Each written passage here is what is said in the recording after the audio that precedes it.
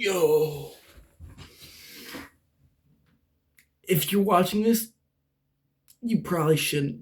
You probably should consider what you've done wrong in your life. Because damn, I am not qualified for this.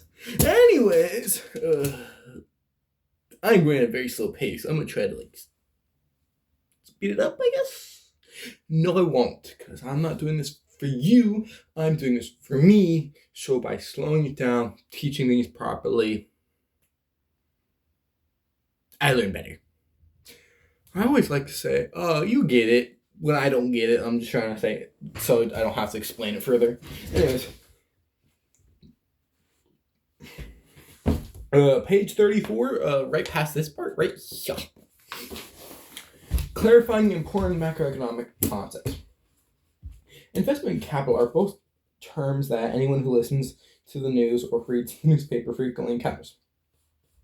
Other terms like real economic growth or stocks and flows are also common. Like all disciplines, economics has developed its own jargon for describing different things. So, common words take on different meaning than when economists use them. In this book, we make every effort to cut through this jargon of macroeconomics. English is challenging sometimes. English is challenging sometimes. This coming from someone who's grown up with English, natural English, Anyways, it doesn't matter. I'm taking off the sleeve because low key it just feels scarred. Yeah, I just scraped my thing. Anyways, waiting for the music to start so I can stop it. Investment. Now it starts. To the non-economist, investment means buying something in the hope that it will increase in value over time and or yield some kind of income. For example, buying a Victorian terraced house may be considered investment. You hope it rises in value and or earns you a decent decent rental income. Similarly, buying shares is an investment. You hope they go up in price and that you get some healthy dividends along the way. To economists, however, neither of these count as investments. Rather, an investment is buying something new today that can be used to produce something in the future. Examples of investment include a firm building a new factory, buying a new machine, or even buying some new computers. All of these help the firm later to produce goods and services, which it then can use to sell to consumers. Just to be clear, recap. Rather, an investment is buying something new today that can be used to produce something in the future. Not necessarily anything financially substantial, could still be negative, but so is any investment. Just taking the rather vague term investment and making it even vaguer. Because why not make things more complex? What if does it auto rotate? I'm not testing. I might just not now. Yeah, I'm recording the phone. Anyways, an individual buying a house isn't considered a form of investment by economists, except in the case of buying a newly built house. This is because you can think of a new house as providing new housing services. In the future, this approach may sound like a strange way of thinking about the situation, but it makes clear why buying an already existing house from someone doesn't count as an investment. It doesn't create any new housing services. Instead, you merely transfer the right of existing housing services from someone else to yourself. Damn, did I make the angle better? Like, it's actually showing my hand. I look like I have a scrunchie, but this is just the tattoo sleeve. Ooh. Sidetrack. Similarly, a firm buying machines secondhand from another firm doesn't count as an investment because the total number of machines hasn't increased.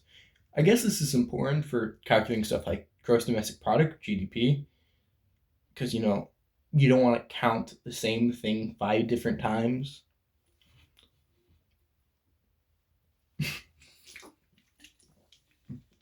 Though I will admit this angle is making my forearms look juicy. Loving it. That up here. Yeah. My family's Christian. I'm not. Anyways. Capital. Not like say capital, it's like actually money. Anyways, if you hear an entrepreneur complaining that she doesn't have enough capital, she probably means she needs more money to get her business off the ground. I find that this book refers to she's a lot, so I'm assuming the author is female, and I'm personally not going to go through this. That's not important news. When economists talk about capital, they usually mean capital stock, meaning all the machines, offices, computers, and so on are used to produce goods and services. Investment and capital stocks are closely linked. Investment is the purchase of new capital goods that can be used to produce other goods and services. Thus, the capital stock, as its name suggests, is a stock variable. Investment is the early addition to capital stock. So it's a flow variable, discussed in an upcoming section, which I'll go into in an upcoming section, because personally I'm not understanding it too well. Does this mean that capital stock in a country can only ever rise? No. We saw in Chapter 1, machines and other capital goods get worn down, depreciate, each year. For the capital stock to rise, investment that year has to be more than depreciation of the existing capital stock. We're sorry to inform you that economists often use mathematical equations in order to express ideas concisely. In this case, they express the relationship between investment and capital as follows. I'm going to show you because I don't want. I hate math. Okay, hopefully you saw it. If not, sucks. In words, this equation says that capital stock next period, or K plus K in parentheses with T plus 1 at the bottom, or the first part, is equal to the capital stock today, less depreciate. Oh yeah, I'm not going to go into that. If you want to figure it out, do it yourself. I guess do Google. And listen to someone smarter than me. You know you want. I might be mentally challenged. Anyways. Sorting levels from growth rates. New section. Sorting levels from growth rates. That sounds sexy. No, it didn't. Another source of confusion is at the level of a variable versus its growth rate. Level refers to the value that a variable takes at a particular time, while growth rate refers to the percentage change in a variable over a period of time, usually a year. The value that a variable takes at a particular time. Oh. They complicate things. Levels where it's currently at, growth rate is where it goes. It's kind of obvious, but they felt the need to emphasize it. Like, it's not just me, it's a book. Here's an example. One of the economic success stories of the recent past is China. Over the last decade or more, the Chinese economy has grown by around 10% per year. At the same time, growth in the West has been a paltry few percentage points a year, if at all. No doubt China has made huge strides, and living standards of people have improved substantially. What does this mean for the Chinese economy? Does this mean that the Chinese economy is now better than the economies of the West? Probably not. Although China has experienced substantial economic growth, it started off at a very low level. Average Chinese income in around 2000 was around $1,000 per person, whereas at the time in the US it was around $40,000 per person. So even though the Chinese economy has grown a lot since then, living standards in China are still far below the average in the US. The average American today still earns over 7 times more than the average Chinese earns. And one thing I find is that still, that kind of like the US, the wealth is not dispersed properly. we have in the U.S. we have billionaires. Everyone else is kind of. In China, they got billionaires.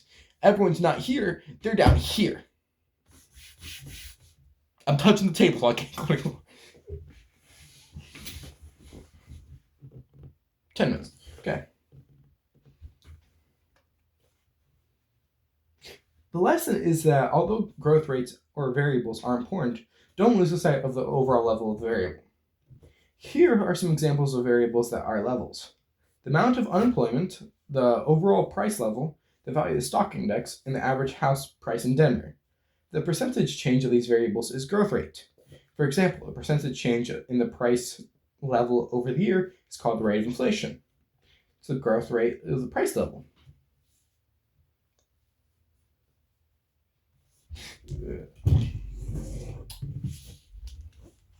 New section. Stocking up and going with the flow. Kind of corny sounding, not gonna lie.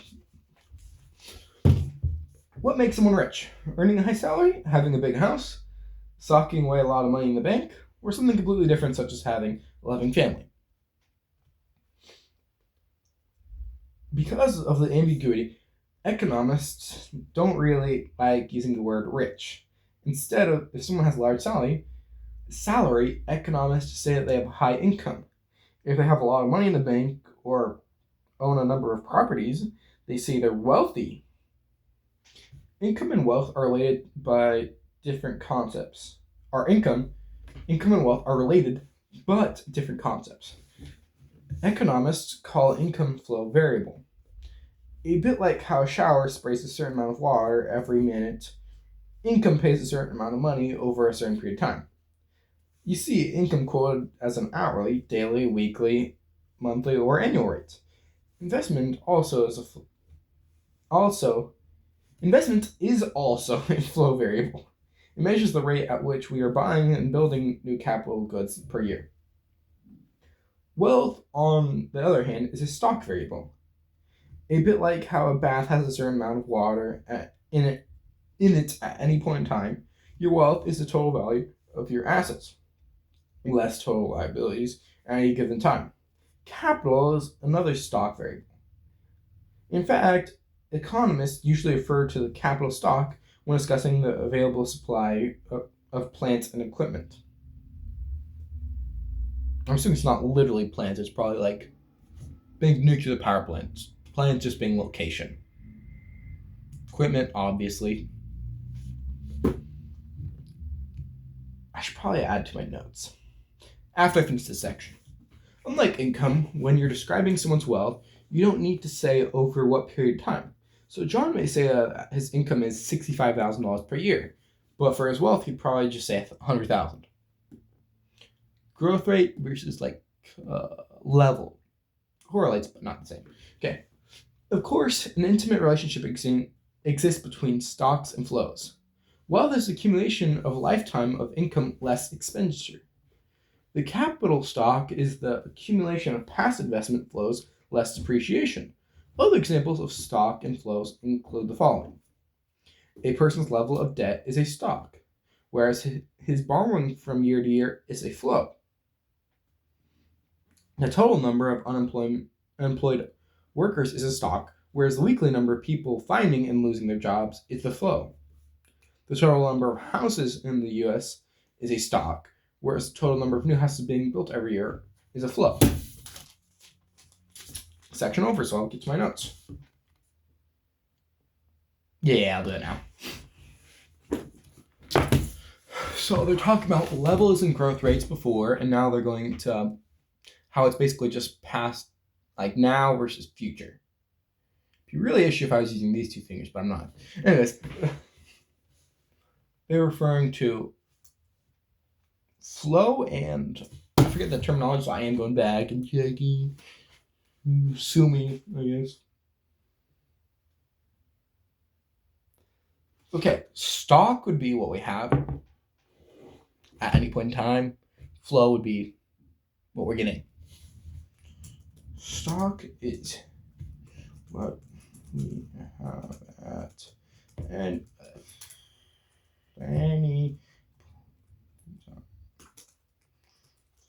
is the rate we are gaining slash I put 3 F's. Losing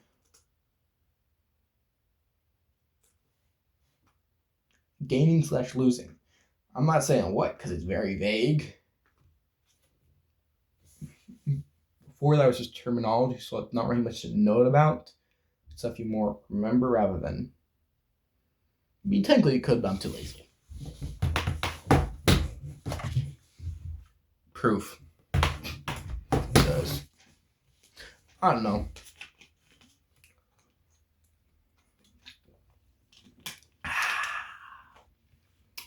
San Pellegrino, or whatever the hell it is, sponsor me. I totally am not just don't worry about it. Don't sponsor me. That'd be a horrible idea. Knowing what's no new section title. Knowing that what's real counts. I could pass away right now and be fulfilled in life. It's so obvious. But hey, it's for dummies. I'm a dummy. Boom. As we saw with interest rates, economists make a critical distinction between real variables and nominal variables. Nominal variables quoted in different terms of money, for example, the price of something of your hourly wage in dollars. Real variables are the variables that are quoted in terms of quantities. For example, the number of people unemployed or how much you are paid in terms of goods.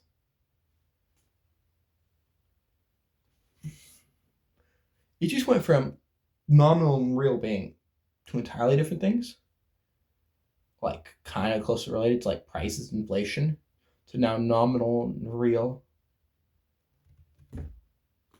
no longer being connected at all. So it wouldn't be like this, it'd be like this. Because this, everyone knows this is big. This is not even humanly possible.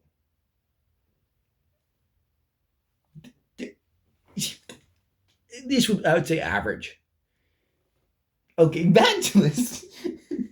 I'm not gonna say that because it's offensive. I'll just get into this later once I learn better. I'll probably discuss it. Okay, imagine you're offered a job in the exotic location of Econ land. Before deciding whether to accept, you ask some questions. 1. What is the salary the firm tells? What is the salary? The firm tells you the salary is 1 million ecos, the currency of Econ land. You get very excited and picture buying a yacht. But wait a minute, before you accept and go on a spending spree, one important piece of information is missing. How much do things cost in Ecoland? Or equivalently, how much can you actually buy with 1 million ecos? Like, it's obvious. I'm just being stupid. I'm gonna get back to this. You don't go to Dangle. Okay. Economists call the answer to the first question the nominal salary or wage, which is quoted in terms of money. The answer to the second question is the real salary or wage. It tells you that you're paid in terms of goods. The distinction is alternatively analogous to that between the nominal and real interest rates. I'm Googling this because you're still part of this if anyone looks at this. I wouldn't be surprised if no one does. And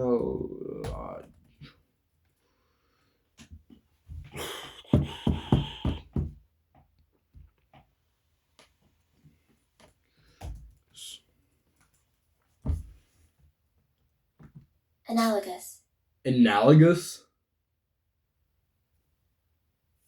You can't see me, but I'm kind of like.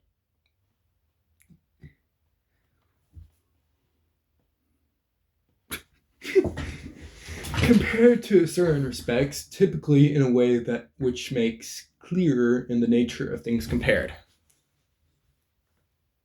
Making things clear in the way. Just cut it down.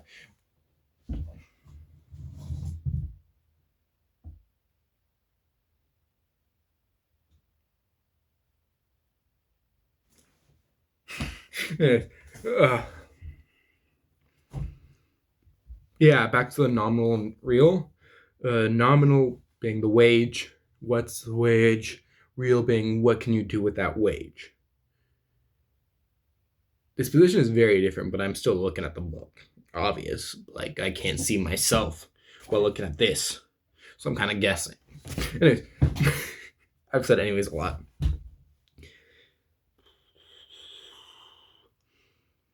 In general, it's the real variable that really counts in economic decisions.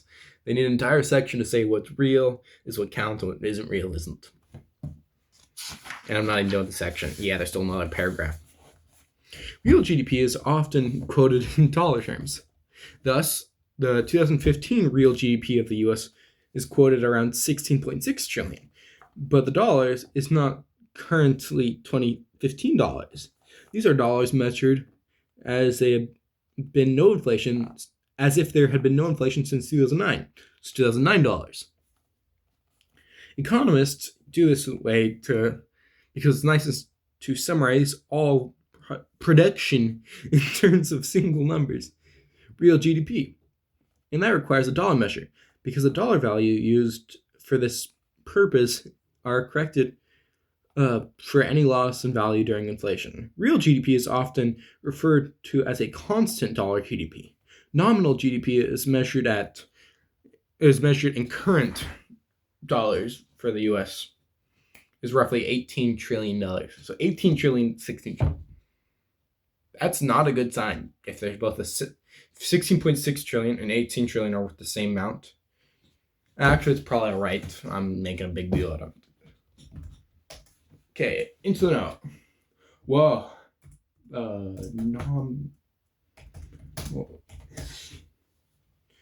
Okay.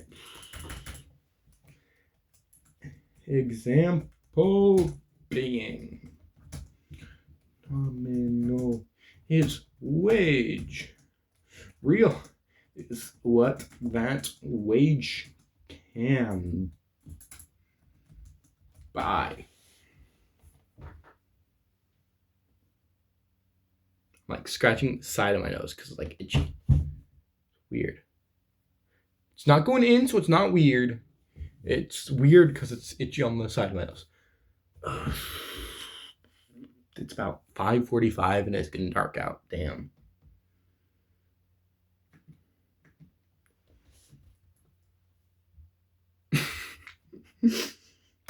That's all that's going in my notes for now. I would assume I'm going to look back at this and realize what I'm trying to say, but it usually doesn't end up like that. I tend to summarize things too much that I can't even recognize it. I'm on page 38. Damn, what page did I start on? Before like 30, about an hour of recording between all the videos. Was I here? Yeah, I was about at 31 to 38.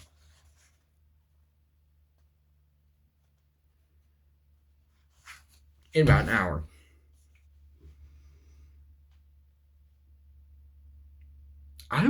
That's actually mentally slow for me. No offense. I don't know why you'd be offended, but like I'm calling myself it. And here I am making it take longer.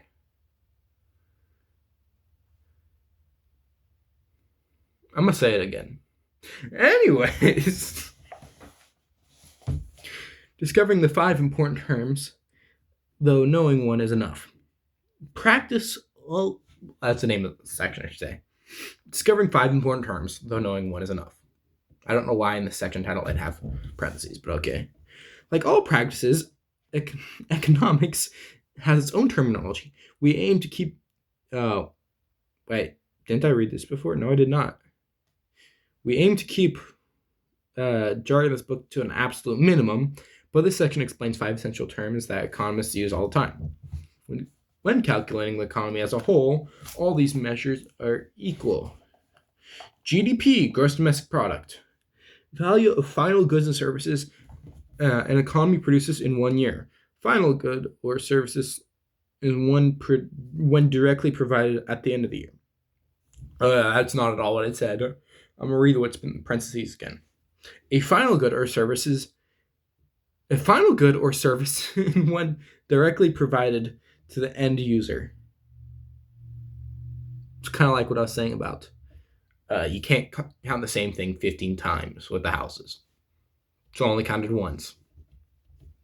Specifically, that it's only the value of the final goods and services is important to avoid double counting.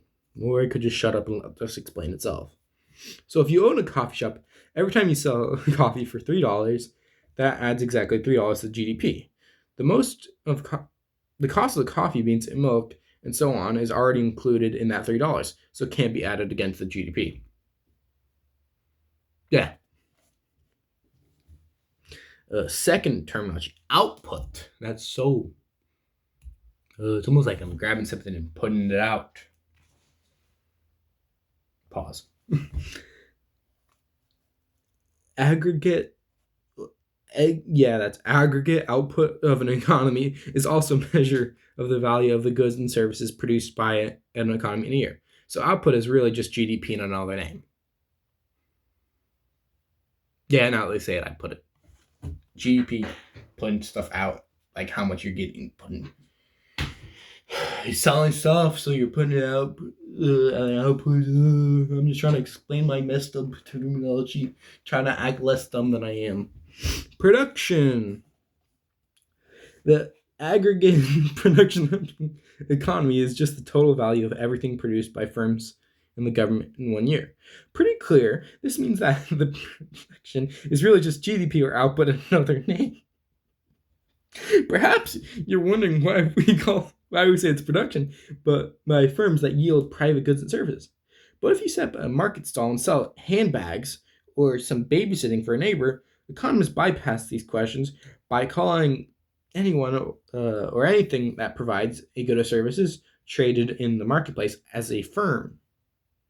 As noted in Chapter 1, though goods produced at home, such as meals and laundry, are produced for the underground economy and not part... underground economy, they discussed it in Chapter 1, which I didn't read for you. Basically, it's hard for when governments track GDP, they can't track every single purchase.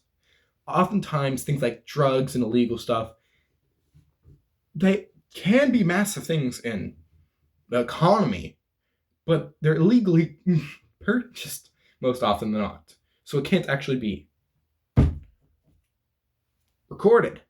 That's the word. So the underground economy is the economy that isn't recorded. It's not always legal, because it could just be like the babysitting jig. No one actually... I doubt anyone goes and audits every single babysitter.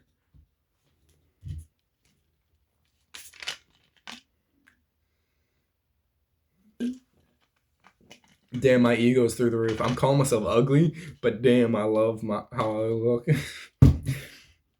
That's why I'm looking at myself. Not the camera, myself. Just happens that myself is next to the camera. Anyways, income. Aggregate income is the sum of everyone's income in the economy. And where does income come from? Well, it comes from selling the output /production /GDP of an economy. No surprise then that income must also be equal to those things. Equal to production. Woo. Expenditure. Aggregate expenditure is just the sum of everyone's expenditure. That is, they're spending on the goods and services. This can be different from aggregate income. The difference is trade balance. If aggregate income exceeds aggregate expenditures, the economy is running a surplus in international accounts. If expenditure exceeds income, it's running a deficit. Technically, I was laughing, so I wasn't paying attention. I'm reading the last sentence again. If aggregate income exceeds aggregate expenditure, the economy is running a surplus in its international accounts. If expenditure exceeds income, it's running a deficit. Standard stuff. I'm thirsty. I'm destroying my throat. Do not do this as a start. It's not put on throat. Proof I'm straight.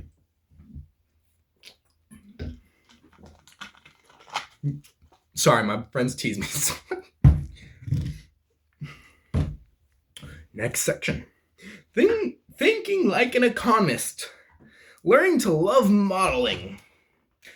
That's not going to happen. Anyway, economists look like normal people, walk like normal people, and usually talk like normal people. But you can pass one on the street and sit opposite to one on the train and be none the wiser. But they have one secret. They often think very differently than non-economists. I could easily replace economist with something else, and it would have a very different meaning. In this section, we discuss that what makes economics a distinctive way of thinking about the world, as emphasized in Chapter 1. Central to approaching is the use of models. Although it may not be the only way of thinking the world, we hope to convince you that thinking like an economist has its advantages.